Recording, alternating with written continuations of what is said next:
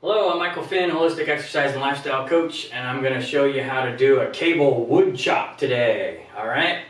So cable wood chops are good for the starting development of our whole core stability and abdominal wall, because we're going to kind of do a cross-patterning motion so that the obliques are going to get involved, the rectus abdominis is going to get involved, everything internal is going to get involved, as well as a lot of the muscles in our back, so that the quadratus laborum is going to get in there for stability and all sorts of good stuff, as well as we can really get our legs into it and that sort of thing. Okay, so we're going to have our cable. We're going to start up high. It's the easiest way to do it because we can get the big lat muscle involved here.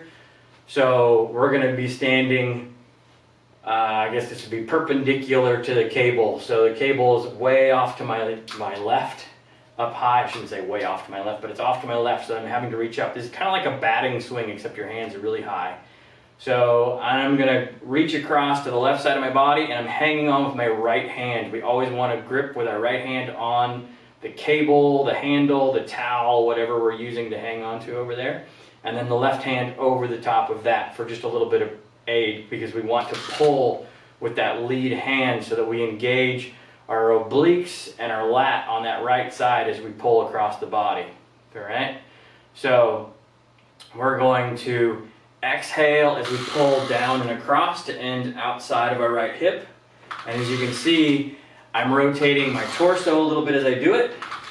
And I like to keep my arms pretty close to straight. You'll see some people where they'll pull this all the way in towards their chest and then they'll push it all the way out the other way. You can do that, but in all reality, that takes a lot of the load off of the abdominal wall. And if we've got good upper body strength, we can actually develop a lot more power in our throwing, in our swinging of a bat or a golf club or anything like that with straighter arms, where we put more torque in through that spine, keeping that belly button in, and pull with that right hand and pull down and across to the right side to where you stay out in front of you. I'm like a good 1.5 feet out in front of my right hip as I pull across and down. All right, so big inhale up, big exhale back down, big inhale back up, big exhale back down. You will also notice my left foot is pivoting a little bit as I pivot my hips. It's like squishing that bug that you hear people talk about in swinging the bat, when you're rotating around and you're creating that force through that foot. Okay, and there's lots of variations of this. You can get the hips going more and really get the hips into it a whole lot, and be down lower to really make it a much bigger exercise down here. Okay, people make it a big powerful motion by doing it really fast. Okay, or you can go nice and slow and really work all the muscles all the way through. Or a combination of all of that. Alright?